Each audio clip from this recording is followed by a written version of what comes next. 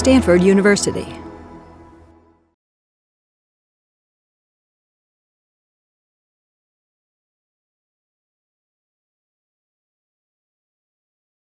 Welcome. Welcome to Stanford Medicine's Contemplation by Design Summit. I'm Dr. Tia Rich, founder and director of Contemplation by Design. It is my honor and joy to welcome Dr. Yuria Celidwen, who will be speaking to us on the topic Indigenous Contemplative Wisdom and Relationship-Based Climate Action.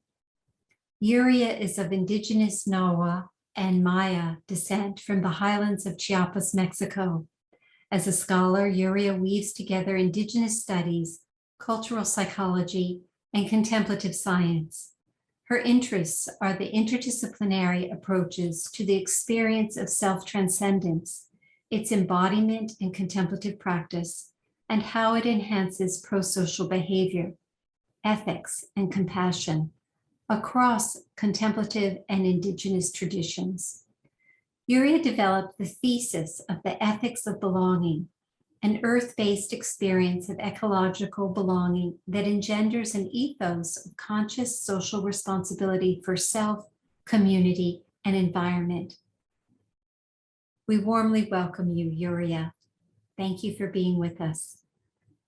Piali, Cuenotlatulino, Nehuatl Yuria, Nichantinican Mexico, Nahuatl Mayatl Chiapas, Lectaleshe, Bameayesh, Bintia Wilelik, Okol Awalik, Yutun Telebai Contex Ope, Yun Taleshe. Hakich te Moktelun Kinal, Yun Kulkshinelik, Muegma Olonet Bantia Yone. Hakich te Mok Stalel Skoshinehal, Tesbabik Mektatike, Sok Hachik te Mok Skoshinelik. Tamak kushinemelikishe te yatike sok spachel chabehe. Te banti jaspasik kinsventa kulijaltike sok lekil kuslejaltike. Yatik yachletik jaltelinel kushinel. Tasventa ta ajik ta uninele. Uyinel ta kinal. Klunk inaltik ta pisiltik. Bantik pisiltik yu untelum kinal. Welcome, everybody, and thank you for being here. What you just heard are my Indigenous Nahua and Maya Tzeltal languages, with which I introduced myself to honor the occupied territories of the Muwegma Ohlone tribe of the San Francisco Bay Area from where I speak today. And I also want to honor the Nahua and Maya traditions of my ancestors, paying respects to the elders past, present, and emerging, and celebrating the richness of our cultural legacy. I want to also recognize all of our relatives worldwide and the lands from which they have been displaced. And I carry on my continuous commitment to the path of the revitalization and preservation of our original traditions and our sacred landscapes. Knowing that it is not enough to only acknowledge us by name. Now we seek action. Action for belonging. Action for the earth. Our earth. Everyone's earth. Because we all belong to the earth. And in addition to these land acknowledgements, I also invite the institutions to look for ways of reinstallment, reparation, and restoration to ensure the sharing of benefits to the original communities on which they stand. Land acknowledgement should not be only by word, but by action. We come together here to create conscious societies and institutions, to develop engaged practices that ensure access to well-being for all human and non-human communities. So this is what I want to share with you today. So what a relational-based climate action truly means, what it looks like in practice. How can we ensure that there is what I call a sustainable collective well-being. So before I start, I want to ask permission from the sources of life, from our selfless earth, the very roots of our kin that we call our mother. I ask you to join me in asking permission from all our lineages who return to the land to become food for life of others, to all our ancestors, our grandmothers and grandfathers, our caretakers, our loving partners, and all others we welcome here as our kin. I ask permission to our great Ajao and our sacred maize and cacao, to all our relations here today, all of you who are embodied, and all of you in the more subtle realms. I ask permission to our 4 relatives in the waking, dream, and cosmic realms.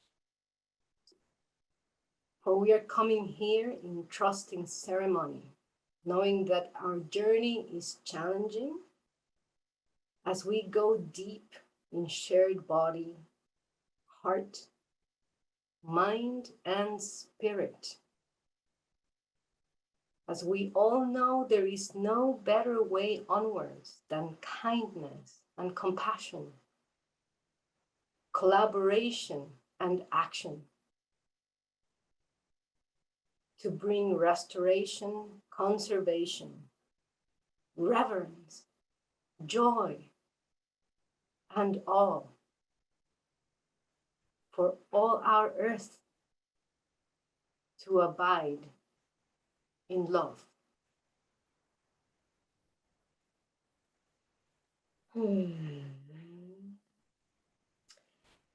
And because I bring an indigenous perspective to this contemplative living, I want to also share a little glimpse of what on the day-to-day it means for the Maya tradition of Mesoamerica. And so we have 2 calendars. One solar calendar, that's the counting of the days, but we also have a lunar calendar. And this lunar calendar is of 260 sacred days. And so these days inform us of the nuanced cycles of nature and how this influence our lives. So it's a contemplative living in the day-to-day in practice. So it's a contemplative embodiment of being with the earth. And so today is the day Lahun Ok, which is the day 10 dog. And I'm not really going to go into the whole way of understanding the calendar because it's very deep and we would take a whole course on it. But it's based on tresenas, like days of like 13 cycles of days.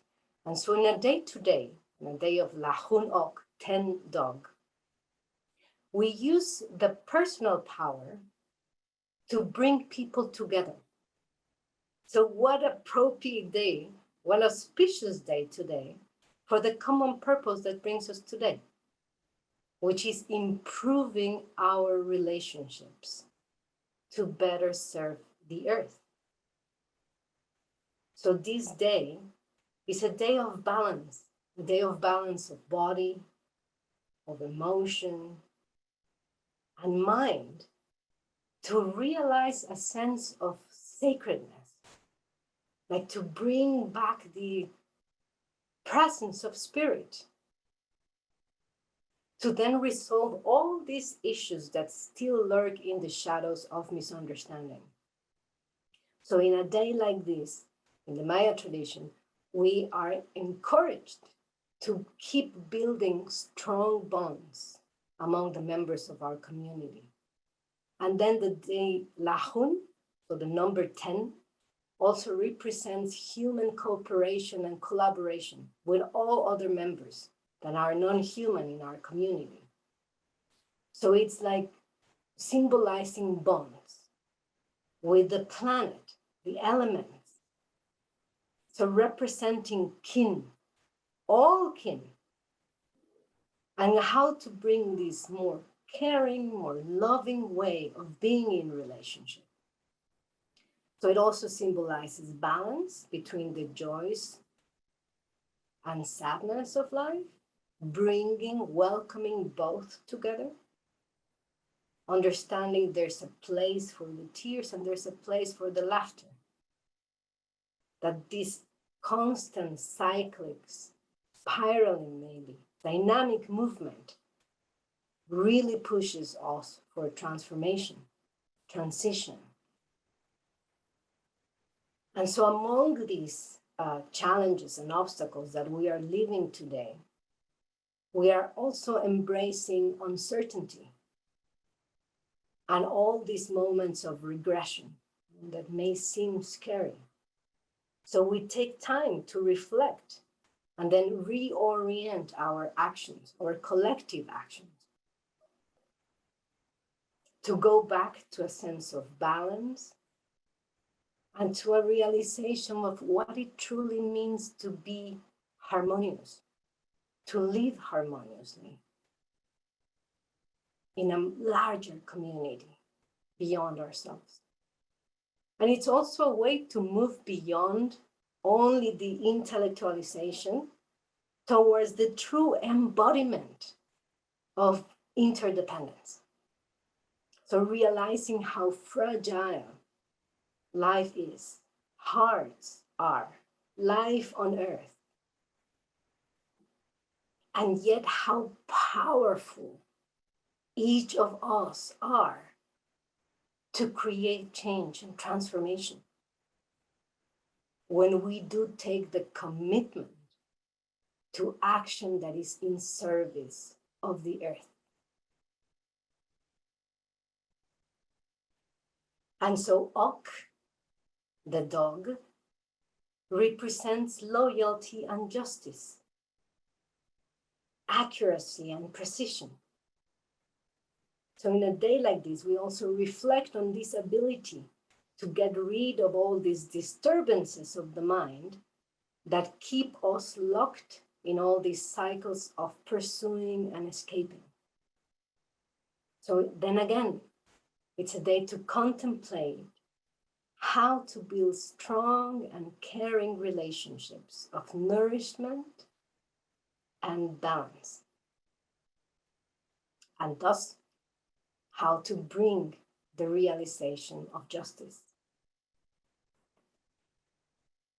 So as two of our recent ancestors in the scientific study of contemplative tradition or contemplative science, Francisco Varela and Umberto Maturana, they pointed out that we must include in our understanding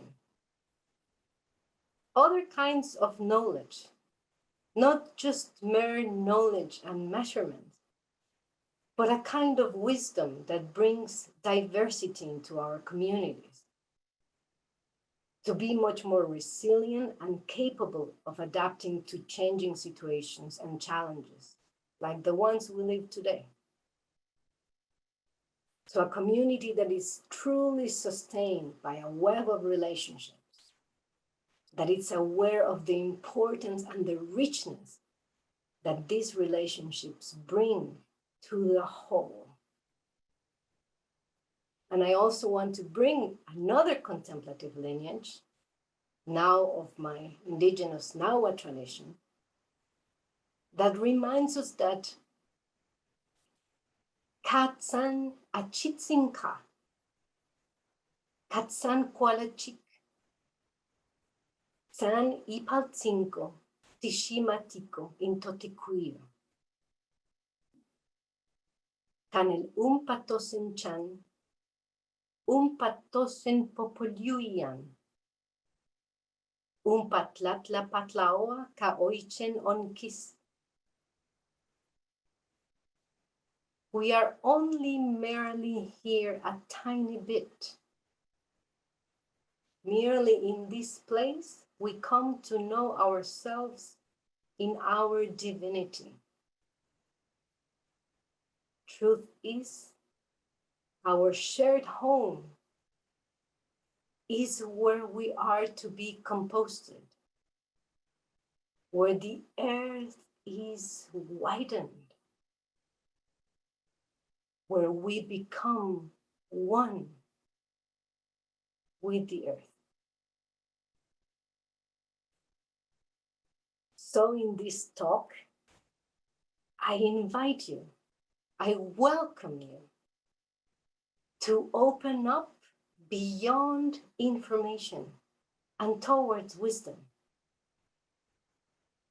beyond only taking towards participating, beyond the self towards the other's heart, into the heart of the earth. And once there, to let yourself be taken by the earth,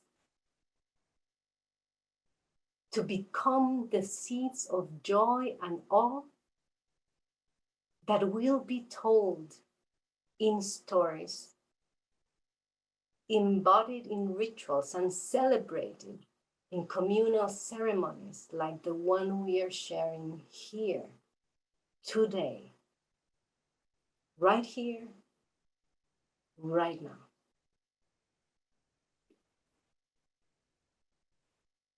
So a little bit about my work. I work on the intersection of Indigenous studies, cultural psychology, and contemplative studies. As I started getting deeper and deeper in the field, I realized that there was such lack of representation, absolutely no Indigenous representation whatsoever. So because I am a kind of warrioress of kindness in a way, I took that quest for diversification and representation and kind of like decolonization of our field of contemplative studies. So as a scholar and practitioner, I'm aiming to bridge the academic interest into an engagement to a living community to reclaim humanity in the academy. So I'm kind of like, I aim to encourage a way of learning that is participatory and that also questions the origins and the methods in which we learn, so that we can stretch and advance the limitations that have been created by all these structures. So I aim that all of what I'm bringing today help all of us to create diverse and inclusive institutions and societies in which all the different voices belong.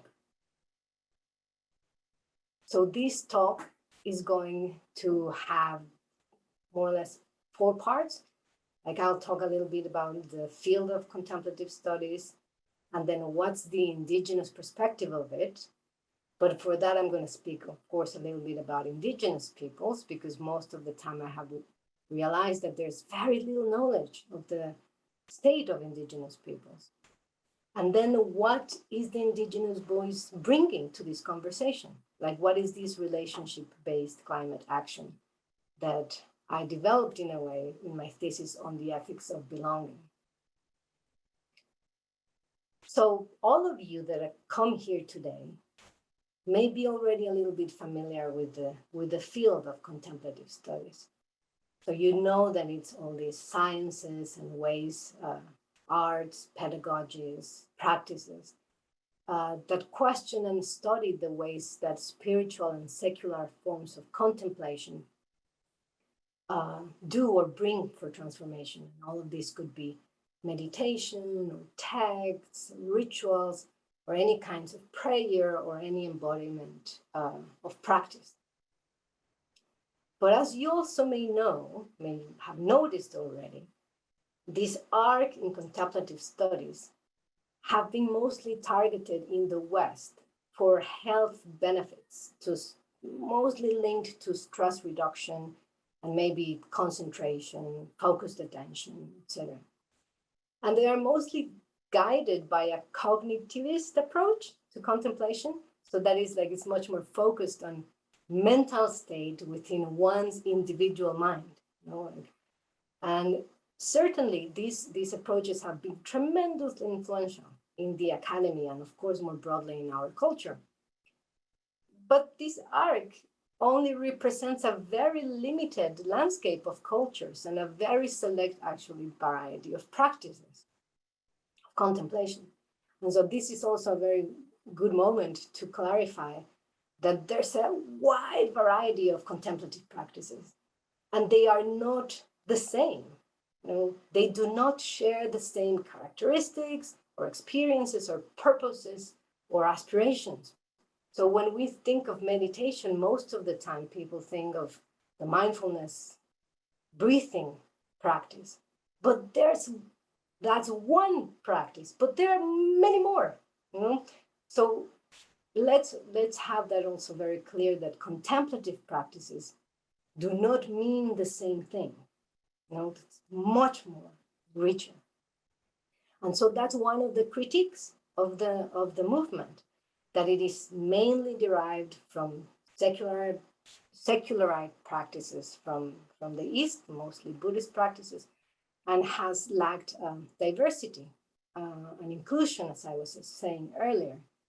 And so it also has yet to integrate what I call an epistemological equity, like in the way that the different contemplative traditions of the world approach contemplation and use these contemplative practices for transformation.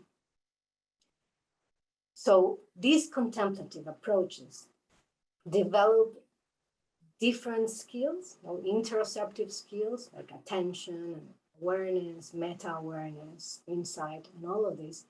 But I would say that most importantly, it's perhaps a sense of connection, a sense of relationality and reverence, and also the intentional qualities to inquire about our stories so that we can create other narratives, and other narratives for transformation of our cultural identities so that we can enhance social and environmental justice at the moment that we're living today. So I'm aiming to bring all these different possibilities, and I encourage you as well to do so that we can diversify our field, become much more pluralistic. As Diana Eck says, it's not like pluralism, it's not only about tolerance, but it's about really seeking understanding of the differences and the similarities so that we can engage in a dialogue that can advance where we're at right now. And so as I start moving into indigenous ways of knowing, indigenous science, and I'll tell you a little bit about indigenous peoples of the world. And so there is an international definition of indigenous peoples developed in the early 80s at the UN. And it is defined as groups or communities that have a historical continuity with pre-invasion and pre-colonial societies. So this is very important. So pre-invasion and pre-colonial societies. There also, even though I speak about indigenous peoples as a kind of like an umbrella term, we need to also mind that tribal identity is extremely important for indigenous communities. Also, there's a very diverse cultural expressions of indigenous peoples, and yet, of course, particular to their own time and place and each community's relationship to their sacred landscapes. And yet there's still also a historical continuity especially when it relates to the sacredness of relationships and how we relate to the earth. So there are a little bit of just figures. There are around 5,000 indigenous groups in around 90 countries. So if you think that the United Nations is 193 countries or member states, plus two other non-member states, like the Holy See and Palestine, we would see then that indigenous peoples are present in maybe a little less than half of the population of the world. Indigenous peoples are around 6% of the population of the world, close to 500 million people. And yet there is 30% of the extreme poor in the world is indigenous. And so why is this important? Because when we think of problems like the pandemic or the environmental degradation, we realize that the existing inequalities disproportionately affect indigenous peoples who are already suffering extreme poverty, illness, discrimination, institutional instability, financial insecurity, displacement, racism, exclusion, etc. And I mean, what this means is that indigenous peoples have as much as 20 years less life expectancy than non-indigenous peoples. This is estimates by UNDESA. And also more than 86% of indigenous peoples globally work in the informal economy. So they don't have like a source of current income and security in the job. Also, indigenous peoples are maybe 3 times as likely to live in extreme poverty, as I was saying earlier. And 47, so close, almost half of the indigenous peoples in the world that are employed do not have education, compared to only 17 of the non-indigenous counterparts. And so then, of course, this gap is even wider when we speak about women. Right? And I say all these numbers because if we really want to cultivate awareness, equity, justice, and belonging, we really need to start getting to know what is the state of the realities of other peoples and get off the cushion into engagement with communities that are out there. And then another issue why it's very important to bring indigenous voices in the conversation of climate, especially, is because 80% of the remaining Earth's biodiversity is in the tropical belt that is where indigenous peoples' lands are. And 95% of the 200 areas that are the most threatened by climate change are in indigenous territories. So all of these are incredibly important when we start thinking about inequality and awareness and bringing back a sense of movement, to transform our societies.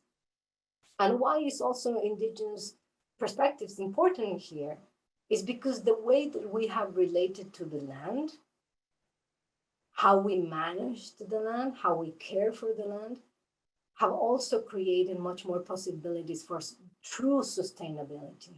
And what I was saying earlier of sustainable collective well-being.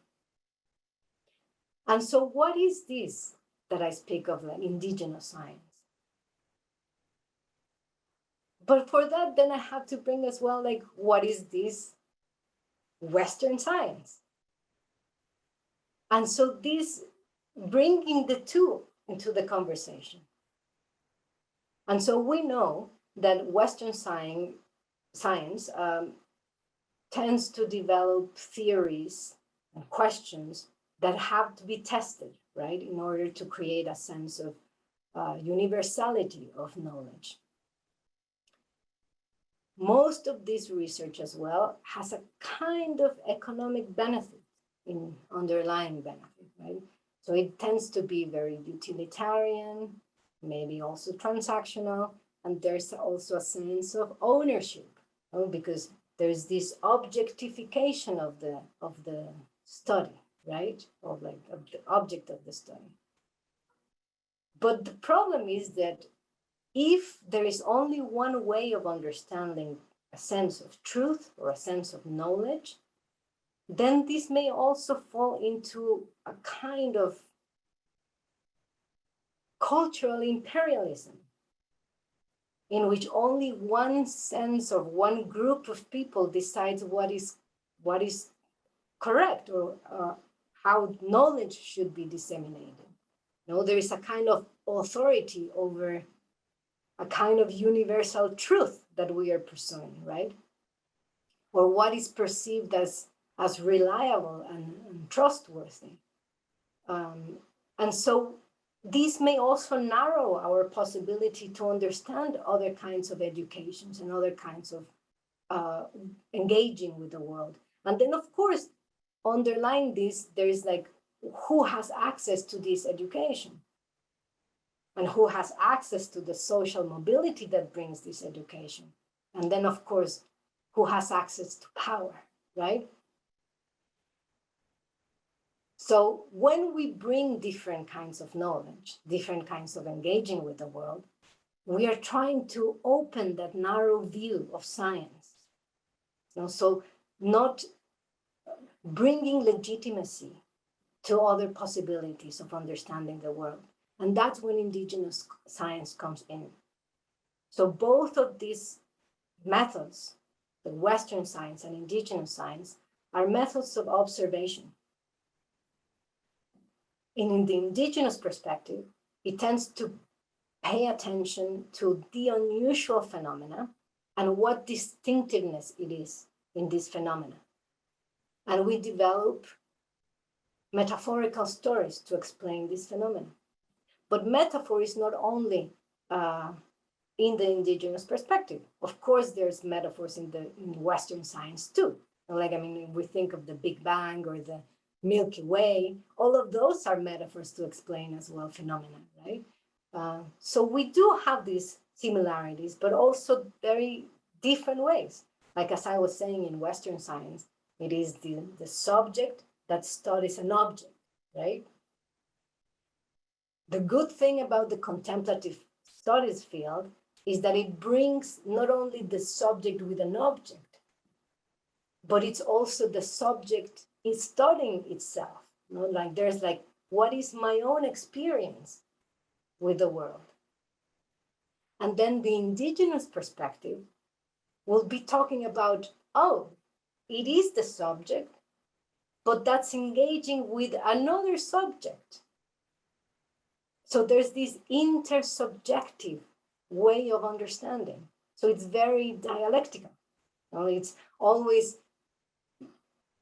the experience of one with the environment, and the whole of the environment impacting and being responsive to us too. And both of these, understanding how constantly changing the experiences are because of the impact that they have on the other. So in other words, this relatedness between humans and the non-human world creates or engenders a kind of obligation and responsibility, because we understand that we are impacting the whole of the environment. So we start to questioning and reflecting on how are we supposed to behave towards the environment. And another thing also, Western science has been a little bit cautious in relating with the spiritual way of being. And in the indigenous perspective, we welcome spirituality. Spirituality is also a way of relating to the world, or it is the way to relating to the world. Now we develop a kind of sacredness and reverence in which we engage with the world. So this kind of spirituality really anchors humans in the world, embed our human experience in the natural world. So how important to bring this kind of awareness, this kind of way of being at the moment that we live right now with the climate crisis. So I believe, I trust, I know that these two ways of knowing, the Western and the indigenous ways of knowing, can truly complement our way of understanding the world. We can better understand relationships, like indigenous science does. We can better understand causation, as Western science does. So we become a much more holistic system, inclusive, belonging system. And then we start also amplifying other voices, historically marginalized voices in the world. And then this brings us then to this idea of the relationship-based climate action that is related to my thesis of the ethics of belonging, that this is based on how ecological the indigenous perspective of reflection, observation, deep listening, contemplation are in the world, and how much this kind of contemplation considers the importance of community, the importance of relationships, of including all non-human beings and all the geographical characteristics of our environment into who we are, what is our identity, and make our identity part of the whole environment world. For example, the origin story of the cosmogony of the Maya, the Popol Vuh, speaks of the creation of the world in such metaphorical way that says, Kalal spisil chihantinal, chokcholal mashal nash, ta'ikinal, which is like when everything was silent, empty, in stillness, in darkness, there was no yet any being, no human or animal or bird or fish or crab or tree, no rock, no canyon, no meadow or forest, only the sky above was there. The face of the air was not clear. Only the sea alone was pooled under the sky. Everything was at rest, in stillness, at rest under the sky. And this speaks of that kind of prima materia, like that kind of cosmic soup, the kind of potentiality from which order or cosmos is created. And also, as our Lakota relatives also say, like with all our relations, bringing everything in the world as our relations, as our kin.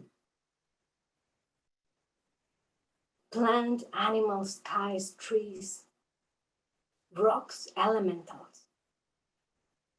So when we feel that everything that we engage with is our relation, is our relative, is our sibling, we start feeling connected, responsible. We start belonging into our community. We start caring for our community. We start responding to the suffering of our communities. We engaged in compassionate action, aiming to alleviate the suffering of our whole community of Earth. So these indigenous ways of being keep exercising this way of relating, this way of creating a community of care. And it's also based on this ancestral knowledge that's intergenerational. It's bringing the different cycles of life together and also different times. It brings our lineages from the past, from which we learn, into this present. It's informing what we are acting, what we're coming to be today, right now. As we start orienting into an intentional future. But we do that together by strengthening the bonds that care of the earth as our mother, as all living beings, as our kin. Like we know that human health is only related to planetary health. There's no other way of being.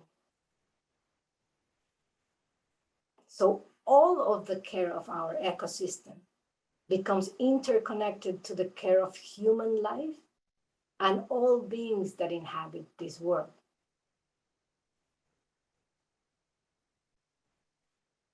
And we know as well that in indigenous communities, the economies are based exactly on the natural resources and in the ecosystems.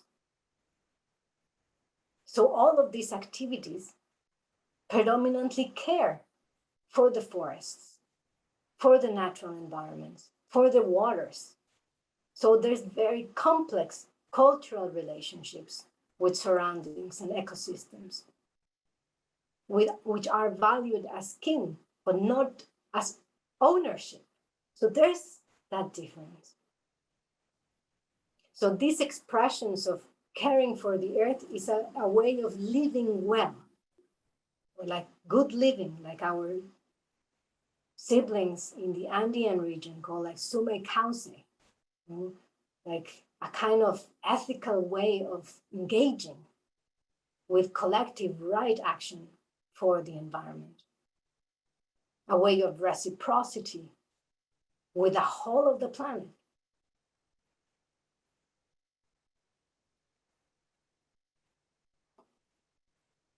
So we realize that all this ecological flora from which diversity comes needs to be sheltered, needs to be embedded, needs to be grounded in relationships, in ecological understanding, in the grounding of being working, committed together for the well-being of the environment. Thank you, Yuria. Now, moving to our participants' questions. The first one reads, how do you think spirituality can coexist with science and innovation? Well, for this I bring what does spirit mean for some indigenous traditions, starting with that.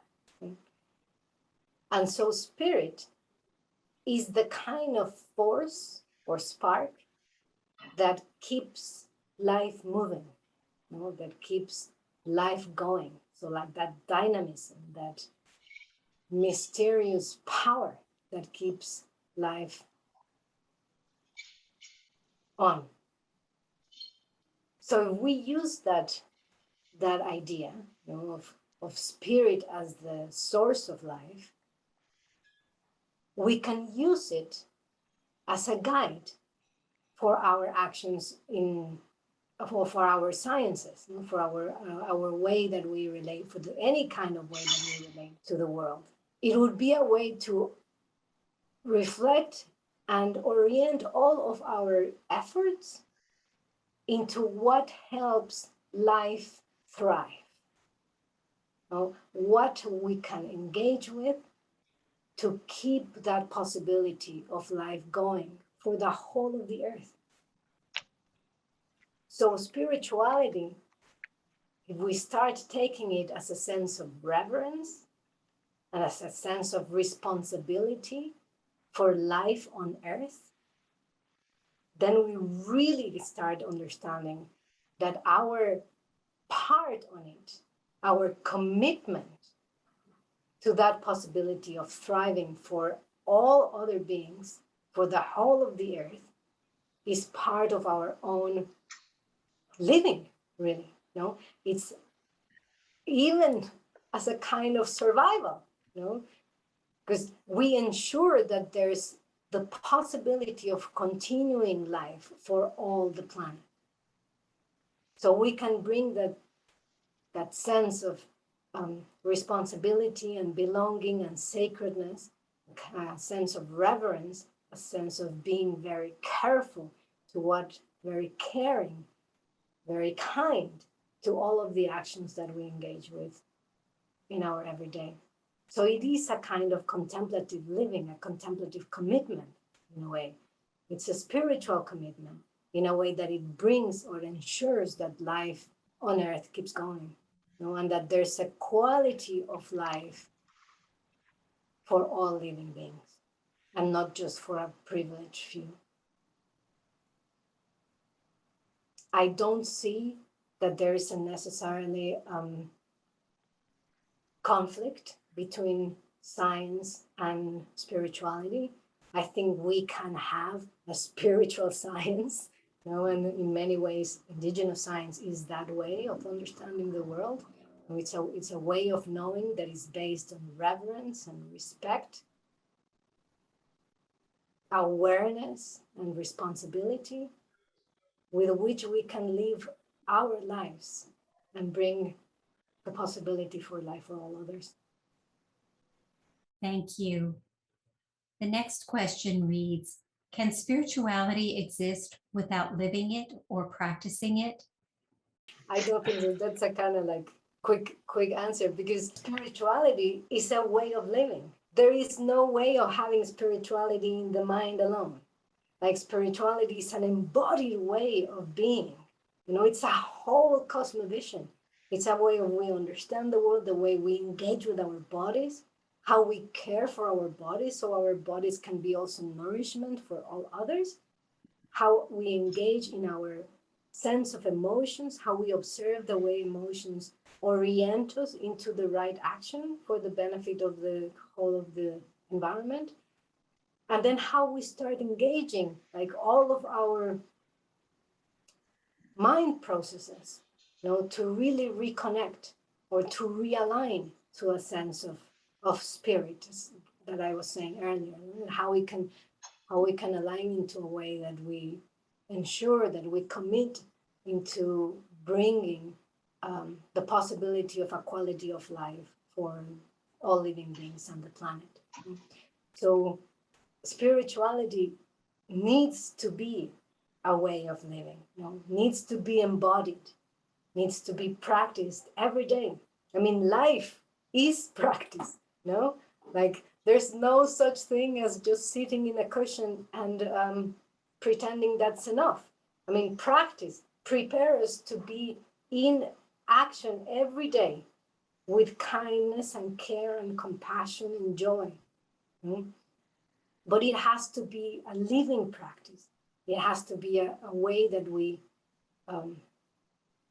engage. I mean, the practice in the cushion is one component, right, in which we can have some space to really observe our experience and how we are better engaging with the environment and our relationships, how caring we are being, how careful we are with the interactions. But it is meant so that in our everyday life, we bring this sense of reverence, that we bring this sense of caring kindness into when we speak with others, when we tend to the earth, the way we eat, the way we mind for all other beings that are around. So it's a whole way of being. No, it doesn't stay in the text. It doesn't stay in the practice. It comes to life in all your actions. Thank you. And one final question reads, how can we maintain hope when there is so much negativity reported in the news? It's important to engage with all the news. Sometimes I hear people saying like, oh, I don't read the news, or I don't see the news because that disturbs me. Well, disturbance is important. We should engage with our fear and with our rage or our anger towards what is happening in the world, because these strong emotions are yelling, are telling us, are encouraging us, are letting us know that something in the way we are living our world, our lives, is not working. It's not being of benefit. We like the whole of the world is telling us, our bodies are telling us to take a step back and observe that things need to change.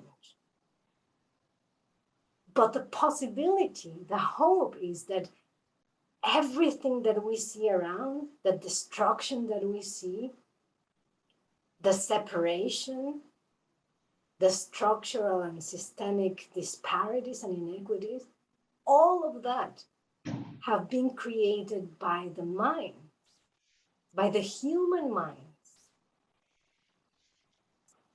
But because they have been created, they also can be restored. They can be composted, and it can be renewed, regenerated from a place of clarity and a place of volition, intention, that transforms our way of engaging, not only with ourselves, as I was saying. It's not about us anymore. It's about us within the environment, embedded in the environment, creating a sense of responsibility. And remember that all of us have something to bring, and that all of us can create change. Even if it's in our immediate surroundings, it already makes a change. It already creates a possibility. It already transforms. We are doing it right now. We can keep doing it. And with this era of information, we could use those tools. Technology is great if we use those tools in the way that it benefits the whole of the community and the environment. That we move beyond seeing only humans as part of our kin or only our in-groups, but that we start involving with others, engaging with others, bringing our actions into others, into the earth, for the well-being of the earth, connecting to the heart of the earth. So believe that you can make a change, and commit to bring that change into your life right now, right here. Yuria, thank you for sharing your contemplative wisdom and illuminating how relationship-based climate action is the way forward. Thank you for your ethics of belonging. We are grateful to you.